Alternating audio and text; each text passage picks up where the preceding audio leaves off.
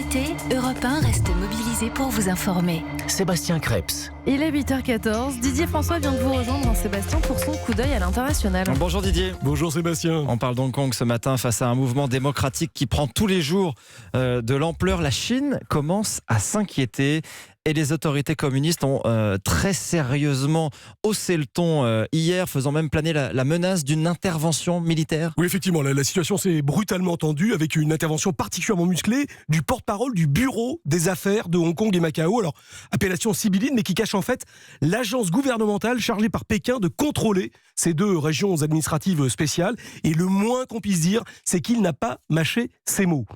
Je le cite, nous ne pouvons pas laisser Hong Kong plus longtemps dans le chaos, a-t-il prévenu. La Chine ne sera pas faible avec ceux qui enfreignent la loi. Ne sous-estimez jamais la ferme détermination et la puissance du gouvernement central. Et puis pour finir, bouquet final, ceux qui jouent avec le feu mourront par le feu. Si ça, c'était pas une menace d'intervention militaire directe de Pékin pour mettre un petit peu un terme au mouvement de contestation démocratique, eh bien ça y ressemble fort.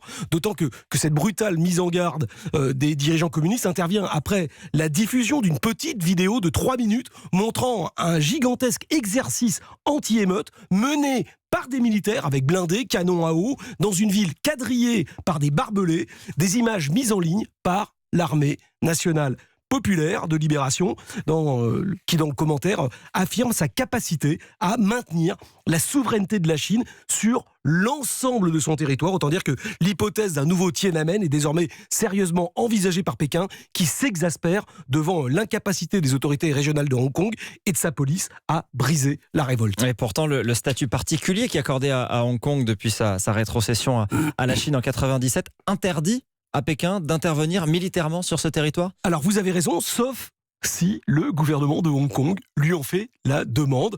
Or, on sait que la marge de manœuvre de l'exécutif local est extrêmement réduite, particulièrement si Pékin jette tout son poids dans la balance. Or, c'est exactement ce qu'il est en train de faire. Jusqu'à présent, le Parti communiste chinois a montré une certaine patience, dont d'ailleurs il n'aurait jamais fait preuve sur le continent. Peut-être parce que, justement, il pensait que la mobilisation finirait par s'essouffler, comme ça avait été le cas lors de du premier mouvement des parapluies en 2014, la première révolte démocratique des jeunes à Hong Kong. Mais cette fois, c'est loin d'être le cas. La contestation ne cesse de prendre de l'ampleur, particulièrement depuis lundi.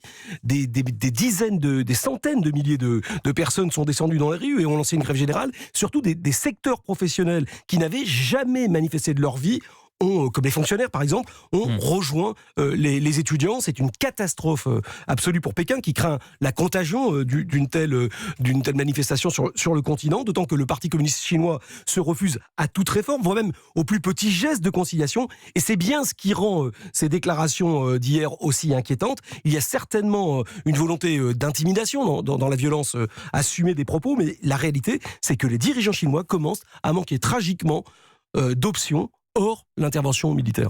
Didier François pour le décryptage international tous les matins. Merci beaucoup.